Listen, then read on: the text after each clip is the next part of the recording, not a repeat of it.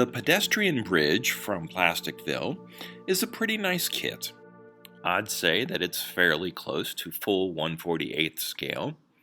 I didn't think it was rare, but I found only one of these on eBay, and the price was already $23.50 with 2 days left in the auction.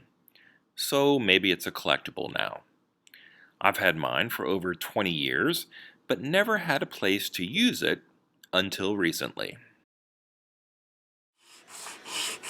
Assembly is easy enough. It's not a snap-together model, so gluing is required. But before I can do that, I need to sand away the mold lines. I think this is supposed to represent wrought iron.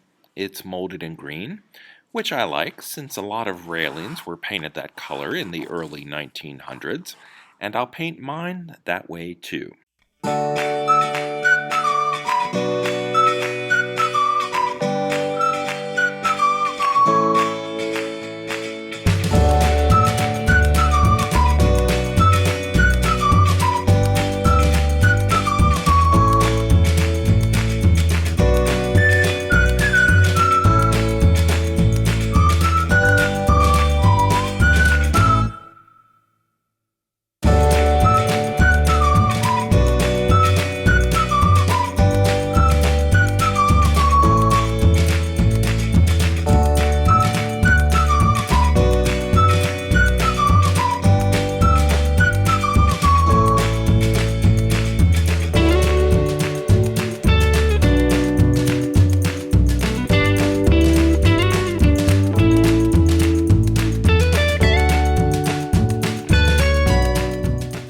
So, what's changed on my layout in the last 20 years? Not much, actually, until I found a giant sheet of foam insulation. I'd watched a few videos on how to carve it into rock formations, and I have just enough left over for one more project.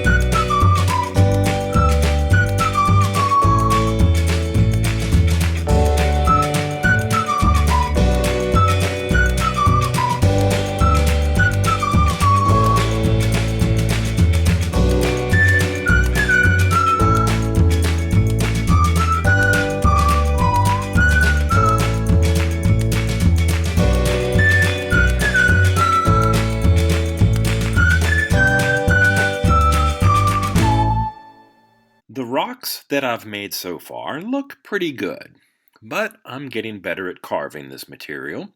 Instead of boulders for this tiny little hill, I'm going to try sculpting a retaining wall of stacked blocks. Maybe they're limestone or poured concrete, but I'll piece this together for a brick-like pattern.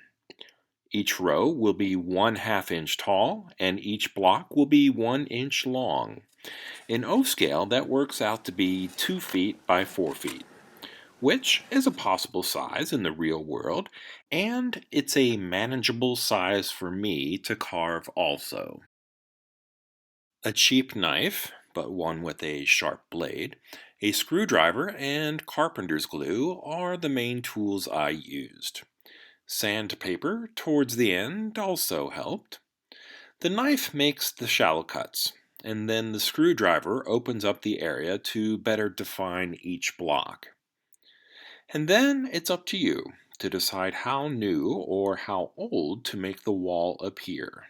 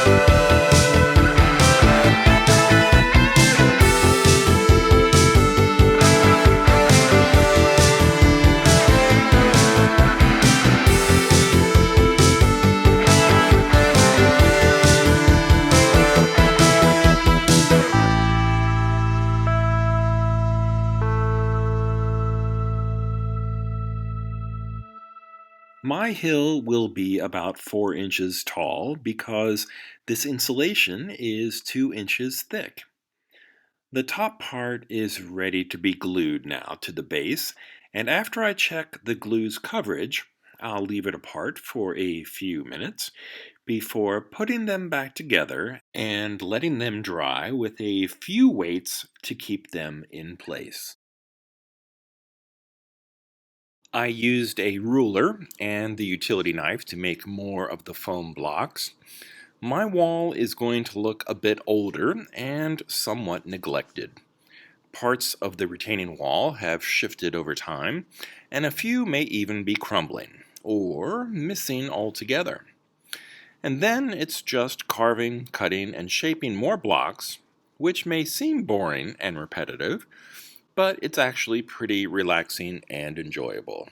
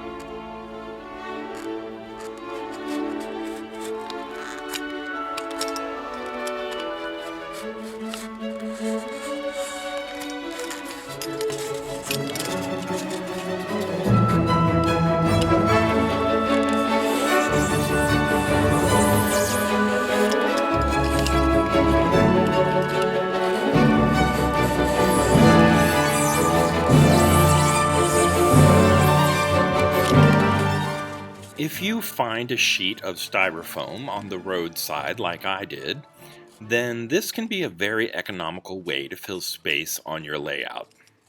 It's also a technique that I've seen used by gamers who make scenic modules for Dungeons and Dragons or other tabletop games. So maybe that's something you can get into as well.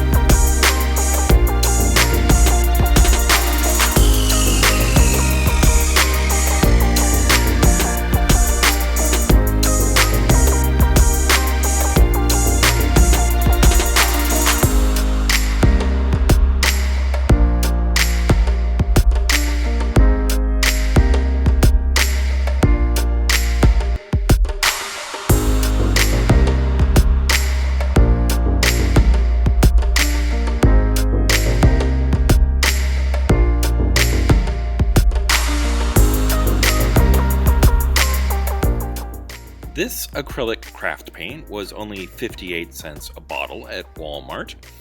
Black will be my base coat before I apply the lighter colors.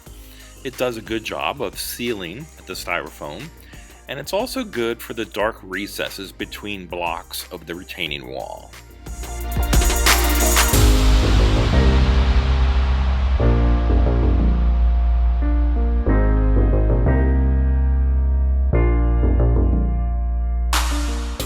I am running a little long with this video because I wanted to show the steps of carving and working with home insulation. It's a medium that I've really come to enjoy. In the next episode, I'll start with painting, and that's going really well. I might even say that this is one of my favorite projects.